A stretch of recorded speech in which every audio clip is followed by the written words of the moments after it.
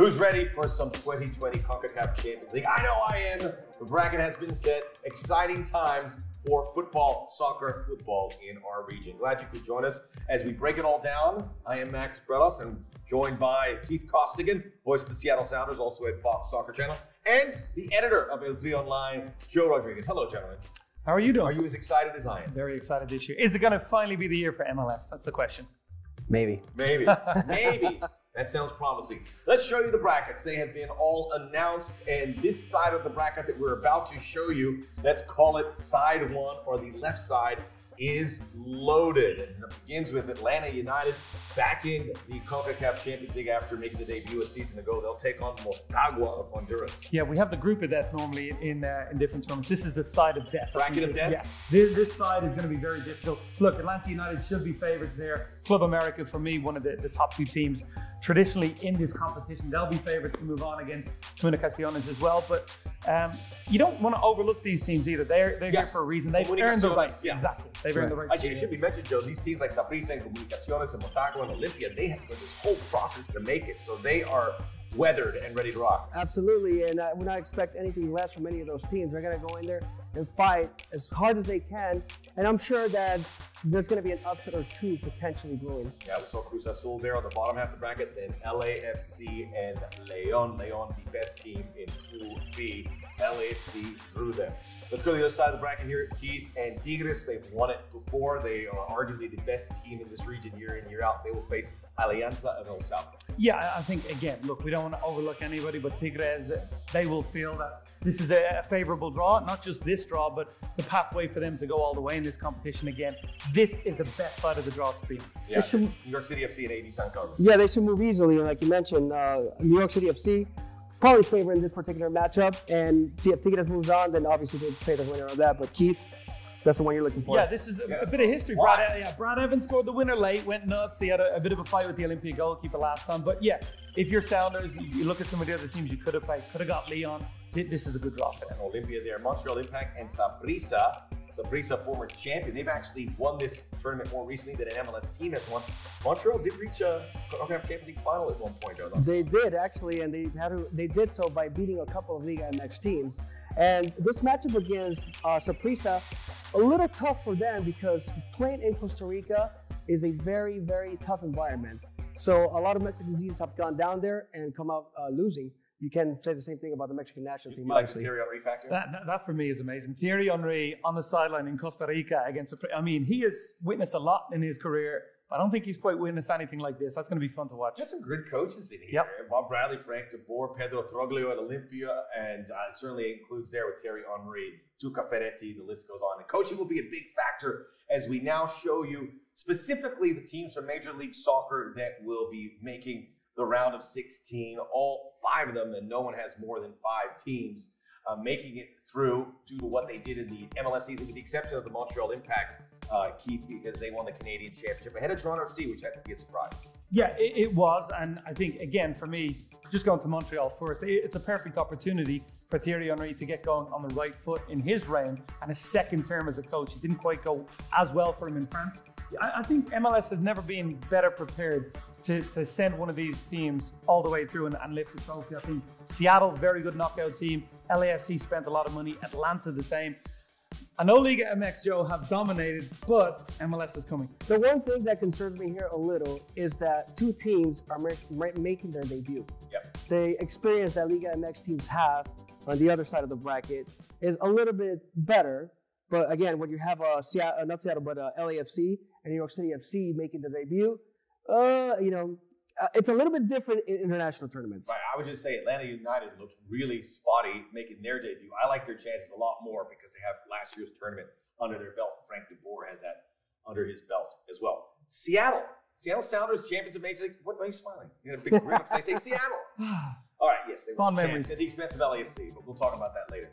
You gotta like their their path. It certainly gives you, at the very least, a good shot statistically, according to the gamblers, to make a semifinal. Yeah, I think one of the keys to going deep in the tournament is not just how good you are, it's how good the teams you are playing. And if you're going to avoid some of the big guns... I like that. It was profound. It was good. Yeah. Look, the best statements are the easy ones, okay? No, look, I think Seattle have shown in MLS they're a good knockout competition team. They've done it every year in the playoffs. Even last year was a couple of key injuries that denied them the opportunity to go all the way again. So, yeah, I think against LAFC, they showed they can sit deep, they can soak up pressure, they can counter. Something you'll have to do if you're going to play against the Tigres or maybe even further on against an America. So I don't think Brian Smetzer, who's become an elite coach in MLS over the last couple of years, goes into this with any fear, and they really want to do well. Let me follow up that. I know you speak to those guys a lot. How do you feel the level of ambition is for this tournament? Do you feel that we're all in, or is it a little bit more tentative? I think I'll look at MLS as a whole. For me, MLS as a whole kind of looks at this as, oh yeah, it's good. Until an MLS team wins CONCACAF Champions League, then you'll hear, this is the best tournament, we're going to Club World Cup. So, but I do think if you speak to Brian Smetzer, he's pretty honest. He wants to do well in this competition, but you also know it's all about how you perform in MLS. He's getting a lot because he knows that Seattle has a very favorable draw. It could have got... say that, by the way, you did. Okay. Let's look at the club I'm affiliated with, LAFC, and I will tell you, the reason I asked you is because I spoke to John Thornton, the GM, and I spoke to Bob Riley. They want this, and I say, do you think you can manage it? And they kind of gave me the great coupon question. Remember that old... Oh, no, it's from Trading Places. Would you like the lobster, or you like the steak? Why not have both? They gave me that line. So, hey, maybe it's true, but their run is very difficult. And if they make the final, you could possibly see them facing 4 Mexican teams, which isn't a recipe for success in the Champions League. But I think LAFC have to separate from the history of the league and see if they can make some noise here. I think they can. Max, the one thing I will say, and we talked about this before, Seattle made it very difficult for LAFC by sitting back, defending deep, and countering. I don't think Liga MX teams are going to come up against LAFC and sit back. They won't do it. It's not in their DNA. They're going to come forward. If you come forward against this LAFC team, you will be torn apart on the counter. I expect LAFC to go all the way to the final, or at least the semi-final on their side, knowing that they have a tough draw as well. There you go. I didn't say they're going to win it, though. That's all right. One step at a time. But you know what, Max? If we really stop and think about that, you said that 4 Liga MX teams, that's a daunting task. And if LAFC was to do that, they would probably go down in history as probably one of the best MLS teams ever. You know, so 4 teams, maybe, I don't know. I mean, I think making it to the final like Heath, I see them maybe going to the semis. It's really, really difficult for MLS teams to get that. But then again, Toronto FC did make that strong run. Do you think that Leon one is a good matchup for them to begin with? It's a great matchup because then that would set kind of like the precedence of what's coming.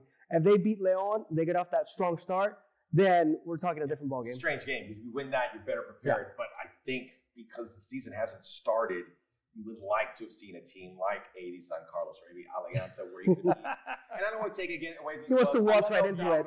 But you want to get there, and then you get those games under your belt, you get wind in your sails. And it's good. All right, that's enough on the MLS perspective. Let's look at the Liga MX teams. This is the gold standard when it comes to the Champions League.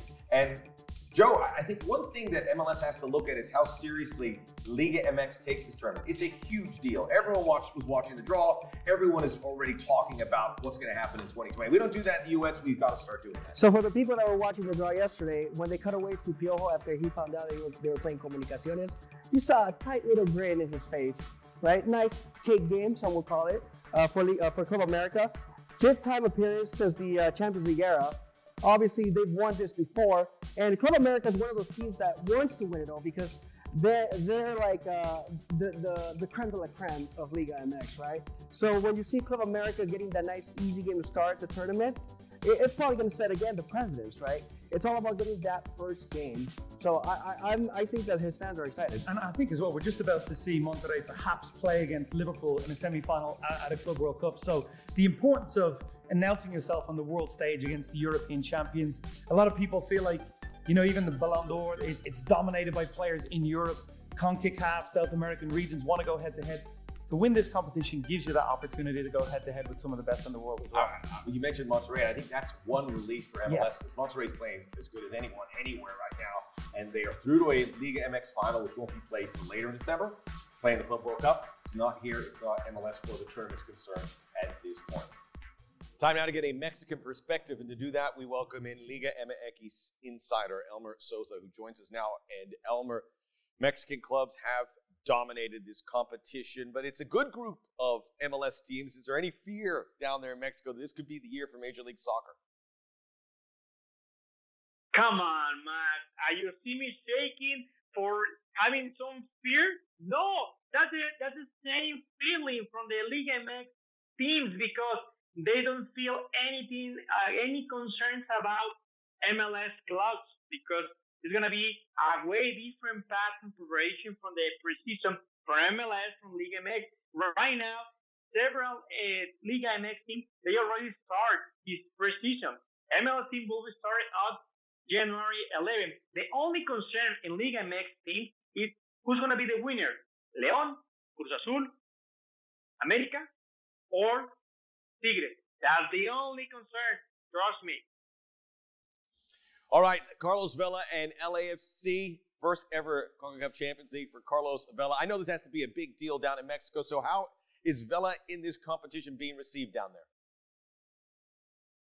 It's going to be a big deal, just like you said, and hopefully has a good reception in León because it's going to be the first time that Carlos Vela will play in national soil with his club because the only way that the Carlos Vela play in Mexico is with the national Mexican team. That's the only way. Hopefully, the people in León has a good reception from Vela because he's a Mexican guy. He's a great player.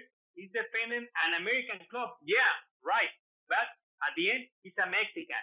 So hopefully has a good reception and at the end will be delight a good match. Thanks, Elmer. And I will say that León, after finding out they're drawing LAFC, have already sent on their Twitter and social media handle, hey, come see Carlos Vela in the round of 16. They're using it to sell tickets. So it's a big thing. All right, so let's look at Liga MX's dominance. And there's no shortchanging them here. Since the inception of the Champions League in 2008, 2009, they've won every edition. They've won the last 14 overall. There is some MLS finalists there. 3, Real Salt Lake in 2011. Toronto in 2018, I should say also in 2015, you had Montreal. So it is what it is. In order to beat the man, as Ric Flair said, Keith, you got to beat the man. Yeah, I didn't think we'd be talking about Ric Flair today, so I haven't done my homework on that. He said, in order to be the man, you got to beat the man. Pretty and he also said, woo! Woo! Maybe that should be the catchphrase for MLS. Yeah, look, for me, they haven't just won, they've won convincingly. They've streaked away from MLS teams, but over the last few years, again, we've seen teams with more ambition come into MLS, not just signing journeyman players or players at the end of their career. They're signing players in their prime. You just mentioned Carlos Vela. Rodriguez comes in at LAFC as well, Rossi. These are players that would walk into any Liga MX team as well. So I think finally now you're starting to get that gap closing. Now it's up to one of these MLS teams to get over the hurdle. That's the most difficult thing, Joe. You mentioned the experience, and to have that experience it's difficult to get beyond that at times. Yeah, and the one thing that MLS teams have to be wary of is this. It's going to get even more difficult to clinch into this tournament. Yep. When you add more teams, right? Inter Miami is going to come in. Do you think Beckham's going to just lounge back and not want to make these type of tournaments? We know what it means. So let's see him do it. Yeah, well, but he's going to definitely want to make it. And what I'm saying is that a lot of these MLS teams, they're gunning for tournaments like this because that means an even bigger stage, right? When you get to go to the FIFA World Club tournament and you get to play the likes of Liverpool and Real Madrid, that's where a lot of these MLS teams can make an even bigger mark than what they really want to make. Once they get that taste, they'll see what it's all about. But also what you mentioned, sort of imitating what Mexico's done. Raul Ruiz-Diaz, who was a great campaigner in Liga MX, is now a member of the Seattle Sounders. That can only help the Sounders' path as far as they go. We shall see. We'll be along for the ride. Tournament begins in February, and it ends in May. You guys ready for some somewhat kind of predictions?